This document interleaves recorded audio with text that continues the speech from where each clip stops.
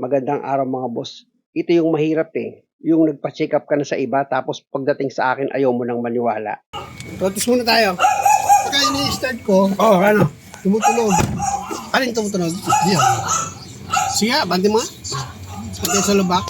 Narinig nyo ayon kay customer, pag in-start niya itong makina, ay umiingay dito sa harapan, dito nga sa passenger side. Pag nalulubak o kaya dumaan sa hams, meron din siyang umiingay. Pa-check up na ito at engine support daw ang problema. Ako naman na mag-check. Yan. Ayun? Shock yun ah. Sige nga. Ulitin namin mga boss, idadaan ulit ito sa hams. Shock. Hindi, sa likod yun, stabilizer. Hindi, dito ko narinig eh. Teka muna, ako yung mekaniko, bakit ikaw yung sumasagot? Sa akin nagpapacheck up pero siya sumasagot, ako yung sumasagot eh. Oh, kanan. Kasi, sabi ni Nick, yun daw, ano ko kay Nick. Oh. Pinasilip ko. Sa harap ako nakakalig eh. O, sa harap po. Di ba mga boss, pa-check up niya na sa iba, pero parang sa hatol ko, ayaw niya maniwala. O, tingnan mo, ulitin mo dyan. Pagka ginagasolina tingnan mo, ha? umuupo. Oh, dito. Meron din sa likod, pero yung pinaka-primary na problema dito sa harap. Ayan, tingnan mo dyan ha. Oh, di ba? Yung ano niya. Alam niyo mga boss, kaya nahihirapan ako mapaniwala si customer sa diagnose ko dito sa sasakyan niya. Kasi yung mekanikong nag-check up, kilala ko, pahusay na mekaniko yun. Kaya nga itong customer, bilib sa kanya eh. Oh, ang lakas dito eh. Ayun nga. Ang lakas eh. Eh, ba't sa'yo mo sa likod? Hindi, pagka yung di ba pagka may engage ka, yung stabilizer niya, Iba yun, iba yung sa likod. Sa harap muna tayo. lalo na pagka ginasolina mo, umuupo siya gano'n. Ayan, tingnan mo ha. Oh, ang lakas dito sa kanan talaga eh. Kung mapapansin niyo mga boss, tuloy pa rin yung paliwanag sa akin ni customer pero hindi ko na siya masyadong pinakikinggan. Basta pinaparamdam ko na sa kanya na yung problema nga ng sasakyan niya nandito sa harapan sa shock absorber sa kanan. Ang diagnose ko nga dyan mga boss sa ganyang klaseng ingay, shock absorber o kaya yung stabilizer linkage. Kasi nga pag nalubak siya, imbis na itutulak niya itong sasakyan, ang nangyayari umiingay na lang siya eh. Tapos nagkakaroon ng malakas na lagutok, pwede sa stabilizer link. Sa umaga pag ini-start, maingay yun. May Alin? nagbabibrate. Oo, magbabibrate talaga yun. Palagay ko nga eh, dito na sa ano eh. Ayan o. Oh, tingnan mo oh. Ano? Shock na eh. Ang kulit nitong customer, ano? Sanabi ko na sa harapan ko naririnig yung ingay eh. Pinipilit niya pa rin sa likuran ng gagaling dahil nga sa stabilizer nga daw. Pero kayo ang makinig mga boss, di ba sa harap? Oh, O di ba mga boss, dito sa harap sa kanan galing yung ingay? Alam niyo, sabi ko kay customer, total may madadaanan naman kami na auto supply, mag-canvas na siya at ayun na talaga yung hatol ko. Kung madagdagan man yung stabilizer linkage, pwedeng pagkalog na nga itong stabilizer linkage niya, possible yun na pag nag-start nga si customer dahil nga sira itong shock absorber, magkakaroon ng vibration dahil nga sa kakalog yung stabilizer linkage. yun, seatbelt. Hindi, pero pagka sa umaga, pag ini-start mo, bug. Oo, nagbabibrate Tapos siya. pagka yung, nagbabibrate siya, pagka yung ini-start mo, ni-revolution mo, wala. No, wala. Kasi nga, tumitining naman yung makina. Ganun pa rin. Shock pa rin ang problema. Ay nako, nahihirapan akong paniwalain si customer. Ganito yon, sa umaga pag nag-start ka, manginig ang makina. Eh sira yung shock absorber mo, tapos kalug pa yung stabilizer link. Natural, makakarig ka talaga ng vibration.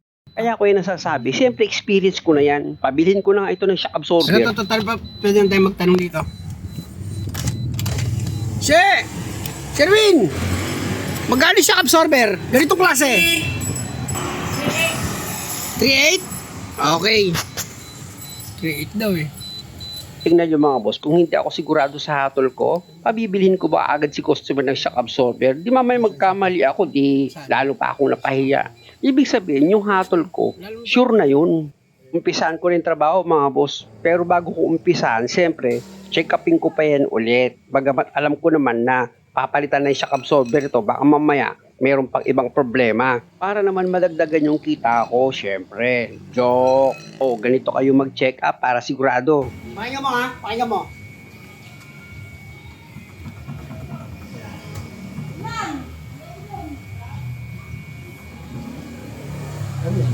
Ilapit ko itong camera mga boss para mas marinig nung mahina ang pandinig na katulad ko.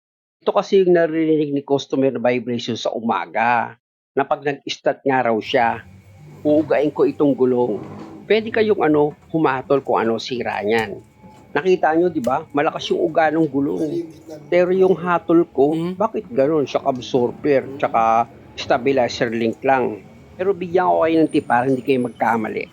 Yung pag-uga ko dito sa gulong, malakas yun. Ginamitan ko yun ng pwersa. O isa pang tip ko sa inyo. Siyempre, pag mahina ang kalog ko, pag malala ang sira, madali siyang kakalog. Pero bakit ginamitan ng malakas na uga dito sa gulong? O ayun ang tanong. O pangatlong tip ko sa inyo, para hindi ka na mahirapang mag-isip. Tignan nyo, sinusuntok-suntok ko itong gulong, di ba? Pero wala siyang uga. Ibig sabihin, walang sira ito sa bearing. Sisipain ko pa yan. O, tignan nyo, di ba? Walang kalog yung gulong kapag ganyan di ba?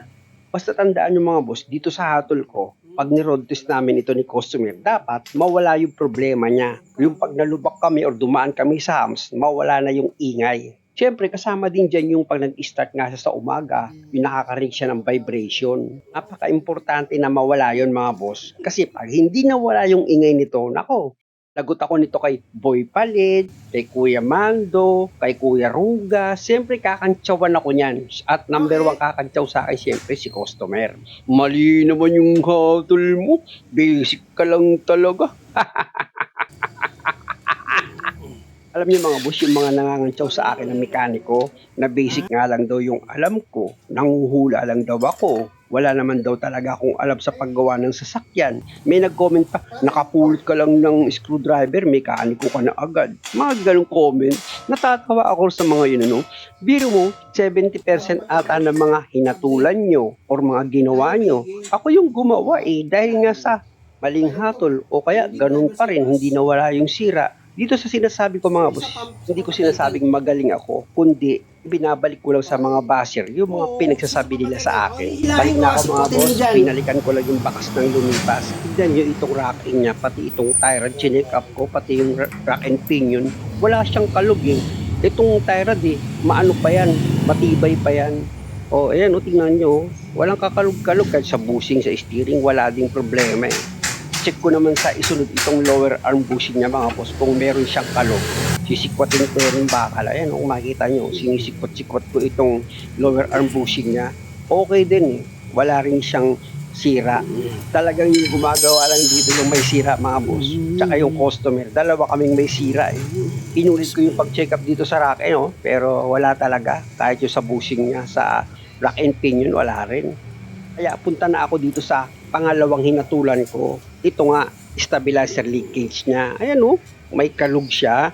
Kaya pag nag-start si customer, malamang ayan yung nagbabibrate Taka-taka-taka-taka, gumaganon. Tanggalin ko yan mga boss gamit itong socket wrench na number 14. Pansinin niyo mga boss, niluluwagan ko itong nut niya, pero sumasama na yung pinaka-bolt, diba? Yung pinaka-bola ng stabilizer link. Ibig sabihin ng mga boss, kalug na talaga yan.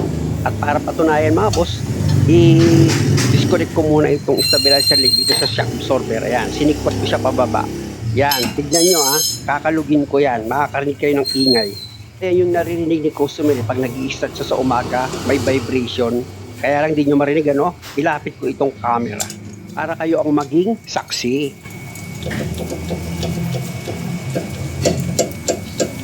Pre! Pahin ka mo! Oy!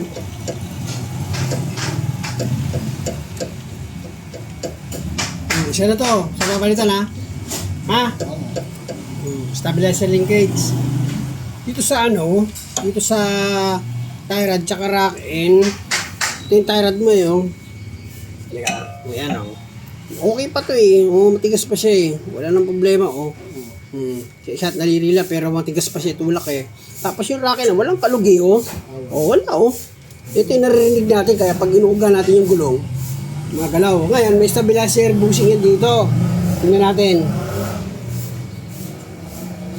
Wala din stabilizer bushing may sulok. So yun lang Parang ito lang ang sa nakita ko Yan, yung bushing yung bushing. Pag yan, kalog yan, tutunog yan walang tunog Wala, Okay lang talaga, ito lang. Ito lang, tapos yung shock absorber.